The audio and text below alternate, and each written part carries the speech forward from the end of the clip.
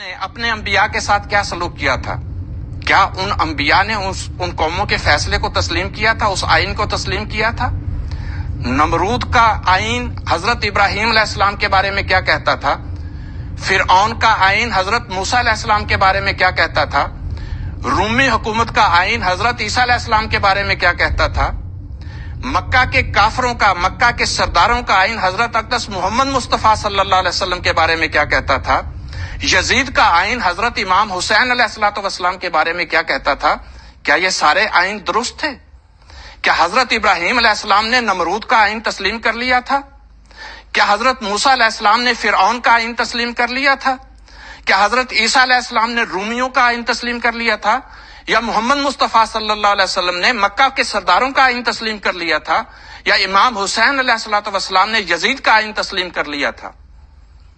अगर उन्होंने सिर्फ खुदा की खातिर उस आइन के उस हिस्से को नहीं माना जो खुदा से टकराता था, तो आज हमसे ये तवक्को मत रखिए कि हम अपने खुदा को छोड़कर तुम्हारी हुकूमत की पैरवी कर लेंगे। नहीं, हम तुम्हारी हुकूमत की पैरवी करने के लिए तैयार हैं, लेकिन दुनियावी अमूर में।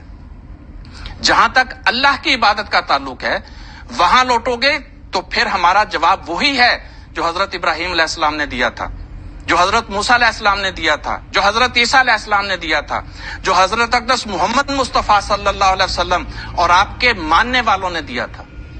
अगर आज तुम नमरूद बन के हमें इब्राहीम बनाना चाहते हो, आज तुम फिरऔन बनकर हमें मूसा बनाना चाहते हो, तुम रूमी बनकर हमको ईसा बनाना चाहते हो, तुम मक्का के सरदारों की पैरवी करके हमें मोहम्मद मुस्तफ़ा सल्लल्लाहु अलैहि वसल्लम और आपके सहाबा से मिलाना चाहते हो, और खुद यजीद बनकर हमें हुसैन बनाते हो, तो बिस्मिल्लाह, हमें कोई एतराज नहीं।